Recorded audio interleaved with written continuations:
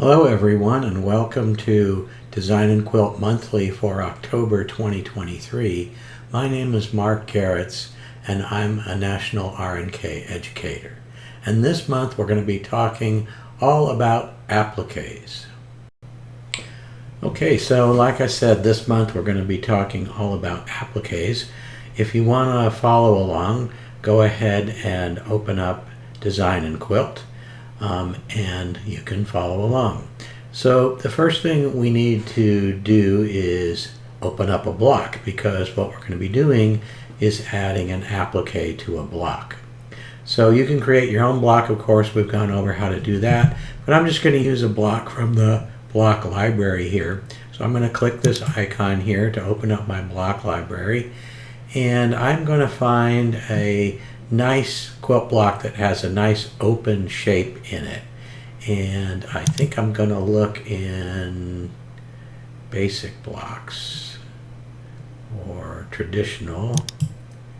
Yeah, here we go. Okay, so this one here, I mean, there's lots of them that have nice big open areas. I like this one, so I'm just going to click it to open it, and the block appears on the screen. Now, this is a special kind of file, of course. This is a Design and Quilt block. To add an applique to it, what we're going to be adding is something called artwork. Now, what is artwork? Artwork is an outline or a vector, and you can bring in your own vectors, which we will cover in just a moment. And we can also use some of the built-in vectors that come with Design and Quilt, and there are quite a few, and you can access them right here in the custom shape library. All right, so vectors, artwork, shapes, all the same thing, different terms for them.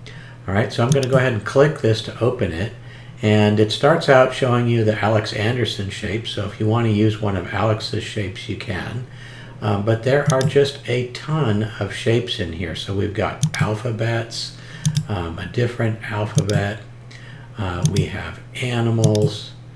All right, and you can see that these are, some of them are a little complex, so they have multiple colors. Most of them are just simply outlines of shapes, which are perfect for doing appliques. Let's go down here and pick a food shape, and I'm going to use this apple right here. Okay, there's 4 different apples in here, all the other kinds of shapes, but I'm just going to use this one. So to add that to your quilt block, all you do is click it, and it comes in and it's added to the quilt block. If we save this quilt block now, it's going to have this piece as an applique piece. All right, to select this applique, to modify it or do whatever we want with it, we can select it. I can move it just by clicking and dragging it around if I don't like where it came in, like maybe I like it better like there. Maybe I want it a little bit bigger. I can use these handles here to actually click and drag on the handle and make it bigger, and then I can kind of recenter it. All right, I can rotate it. That's what these little circles are here. So I can click and drag to rotate it. If I wanted to rotate it, I can undo that, so I don't really want to rotate it. Let me reselect it. I also have some ways to flip it. So I can flip it horizontally here. So I can flip it like that. I can flip it back. I can flip it vertically if I wanted it upside down.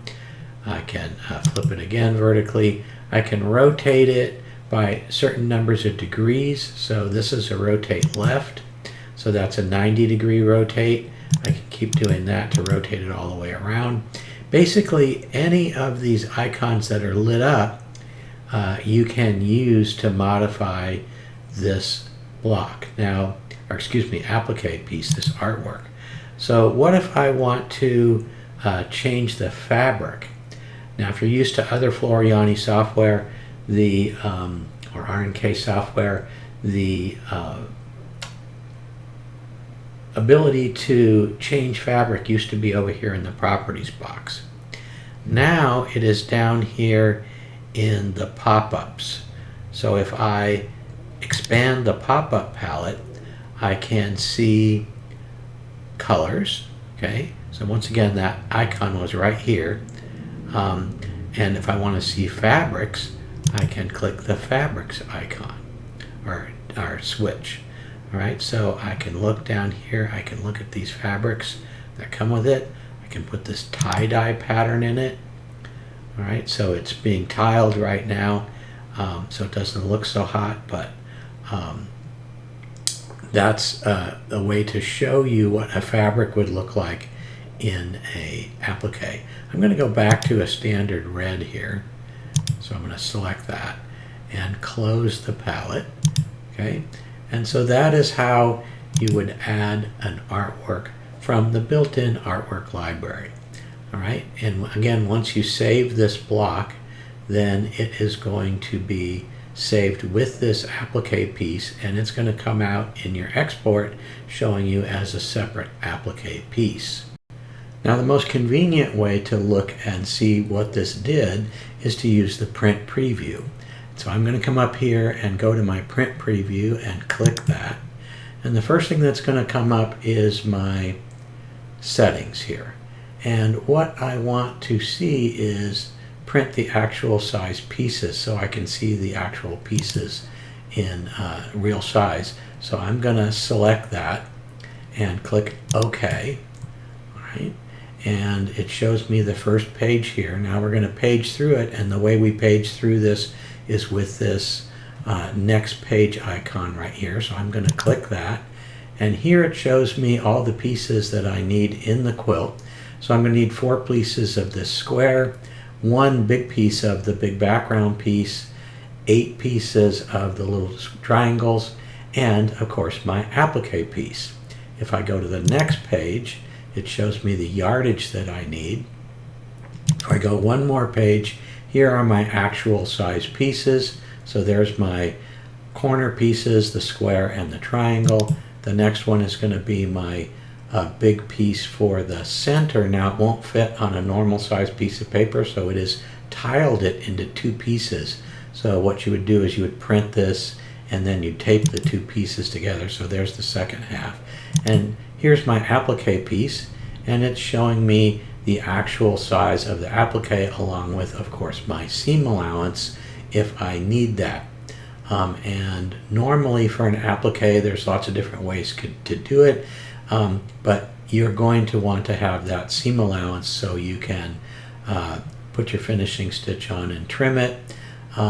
If you want to do a turned edge applique, you'd still use the seam allowance.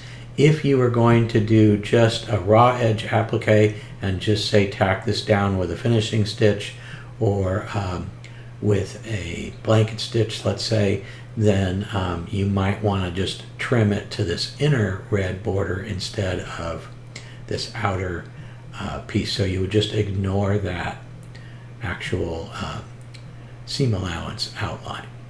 All right, so that is what you would get out of it. I'm going to go ahead and close the print preview. All right, so that's one way to get an applique into your block by using the built-in custom shape library, and there's just tons there. But let's say you have a quilt design and you already have an outline file for this applique. All right, so let me just delete this one, and I'm just going to press the delete key on my keyboard to get rid of it. So what if I want to bring in an applique file? So that would be an outline file, also known as a vector file. The most convenient way to do that is with an SVG file, which stands for Scalable Vector Graphics. And almost all of the designers that are providing quilt patterns for you are these days providing you with SVGs, which you can then bring in. So how do we do that? Well, if normally you would come up here to File and you would open something, but if you open it, it's going to create a new file. Now that's fine, you can go ahead and do that, but look here, there's a merge stitch file. Now even though it says stitch file, this really can also be used to merge anything. So it can merge a vector as well as an image or anything, but it's grayed out. So we can't use it right now because it doesn't work when we are in a block mode. All right. So in order to use that, we have to be in design mode, which is what Design and Quilt opens up as. All right. So here's my design 1, which is how the program opened up. If I come here to File, now you'll see that Merge Stitch file is highlighted. I mean, it's not grayed out. We can use it. So I can click it, and I've already put a file here. I've downloaded from a web an Apple SVG. So I'm going to click that and click Open, and that's going to bring it in here to my design 1. All right, now I need to get this into my quilt block. So how do I do that? Well, I select it, and I come up here to my copy icon. So I'm going to click Copy. Then I'm going to come back to my quilt block by clicking the traditional tab here, which is what the name of my quilt block is. Now I can click the paste icon, and there is my applique. Right, so I can select it, and once again, now it's just like it came in from the quilt library. I can change the color to red. Excuse me, the custom shape library, not the quilt library. All right, so now I've added an external shape to it. Now, what if I want to save this so I can use it over and over again? Do I want to save it to my custom shapes? So I can come up here to File, okay, and look here, there's Save Custom Shape, but guess what? It is not highlighted, okay? It's grayed out, so I can't use it in this mode. But if I go back over here to Design mode, and now I click File, Save Custom Shape, I definitely can do it here. That would add it to my custom shape library. So let's go ahead and do that. Let me recolor it to red before I save it. Okay, so let me go ahead and save it. Now, you might be saying, well, I resized it. What if I want to save it as a new size? You definitely can. If you want to save the one that we just modified, if you did something to it, here's what we can do. Let's just delete this. Okay, let's come back to our quilt block. Okay, I'll select it. I'll copy it one more time. Okay, so now I've got a new copy of that one. Come back to my design window. I'm going to click Paste.